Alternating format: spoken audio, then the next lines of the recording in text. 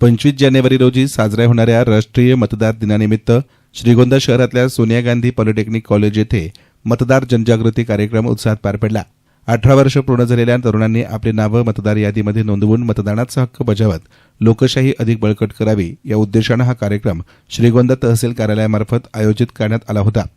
यावेळी पोलीस निरीक्षक किरण शिंदे यांनी विद्यार्थ्यांना मार्गदर्शन करताना सांगितलं की लोकशाही बळकट करण्यासाठी मतदानाचे कर्तव्य पार पाडणे हे प्रत्येक नागरिकाचे काम आहे। मतदानाची टक्केवारी कमी होणं लोकशाहीसाठी घातक असून मतदान हा आपला हक्क आणि उत्सव आहे। इतर सणांप्रमाणे मतदानाचा उत्सव देखील साजरा केला पाहिजे।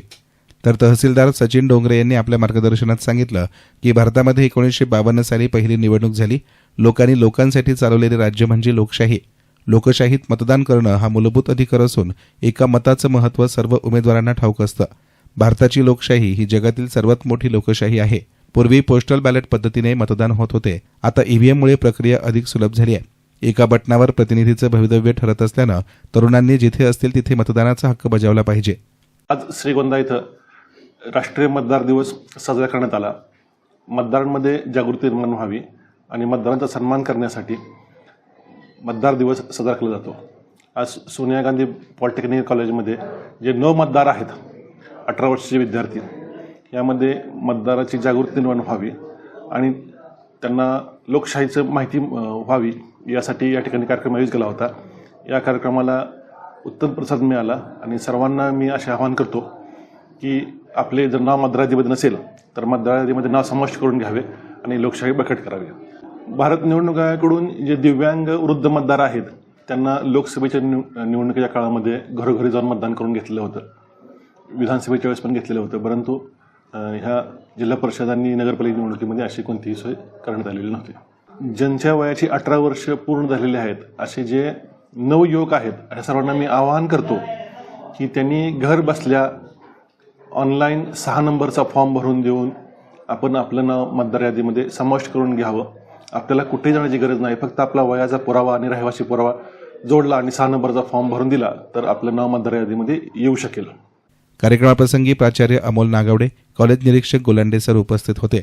कार्यक्रमाचं सूत्रसंचालन अनारसे यांनी केले तर प्रास्ताविक पंडित गायकवाड यांनी केले। आभार प्रदर्शन विलास शिंदे यांनी केले।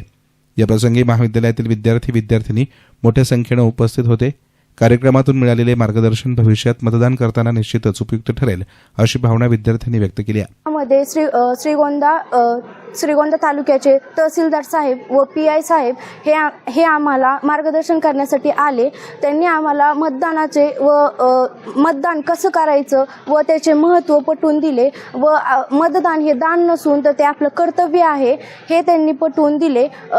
मी प्राचार्य सरांचे व PI साहेब आणि तहसीलदार साहेब यांनी हे आले त्याबद्दल मी त्यांचे वर्ष पूर्ण झालेल्या तरुणांनी व तरुणांनी नाव नोंदणी करावे आणि मतदान करावे।